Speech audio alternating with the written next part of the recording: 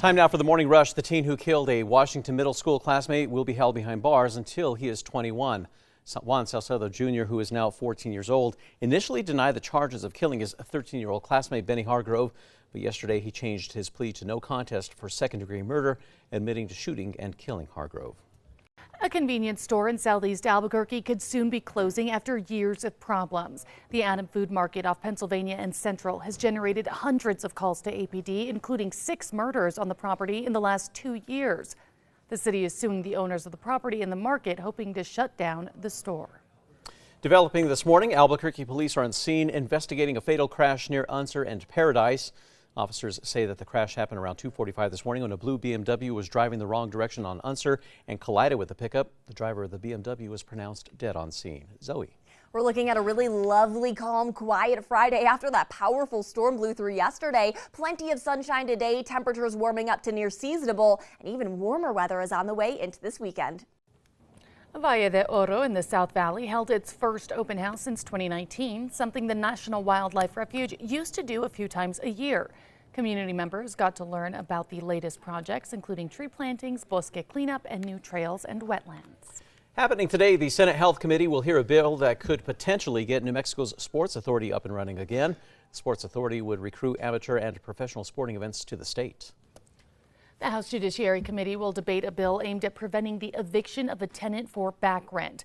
House Bill 6 includes expanding timeframes and evictions to help tenants get current on rent or secure new housing. Another bill that would have controlled how much rent prices could increase was tabled in committee earlier in the session. And our Metro Threat Index for this morning is looking very low. All you have to do is bundle up early today, but by the afternoon, plenty of seasonable conditions and lots of sunshine. Millions of Americans are under the threat of severe winter weather this morning. Tornadoes along with strong winds and large hail caused destruction in parts of Louisiana and Texas, leaving tens of thousands without power overnight. Severe storms slamming the south are from the same weather system that has buried California mountain communities in snow. A South Carolina jury has found Alex Murdaugh guilty in the double murder of his wife and son. Murdaugh now faces 30 years to life in prison.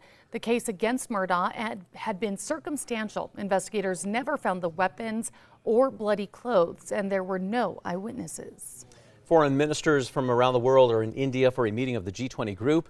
This is the first face-to-face meeting of U.S. Secretary of State Antony Blinken and Russian Foreign Minister Sergei Lavrov since the Russian invasion of Ukraine. Secretary Blinken told Lavrov that Russia should end the war and demanded peace. Zoe. Now let's get a look at that morning drive. The freeways are looking mostly clear, but be aware there is still that closure at Unser and Paradise. Now we're looking at Tracker. It's heading on south on I-25 near Lead and Coal. Beautiful blue skies. Just a few other cars out there on your early Friday morning commute. Well, many in Albuquerque are continuing to mourn the loss of one of the city's iconic landmarks this week. People have created a pop-up memorial to remember the Iron Man statue that was knocked over in a crash earlier this week. APD says that the statue, which was located at 4th and Lomas, was hit after a driver tried to turn left but did not have the green light. Hopefully they get it back up and standing over the intersection. Yeah.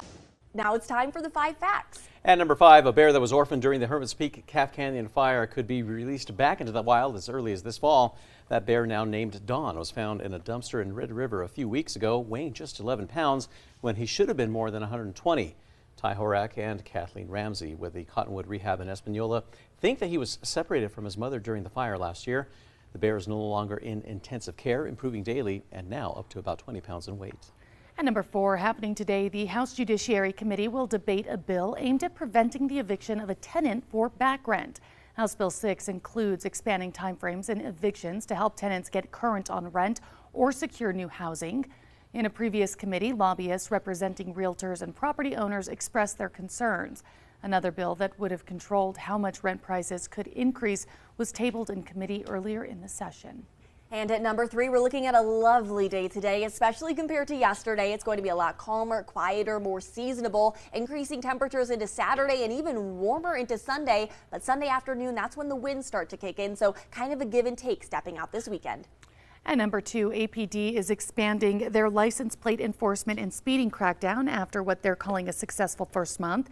Since January, the department says they have written multiple traffic tickets and made several felony arrests stemming from outstanding warrants.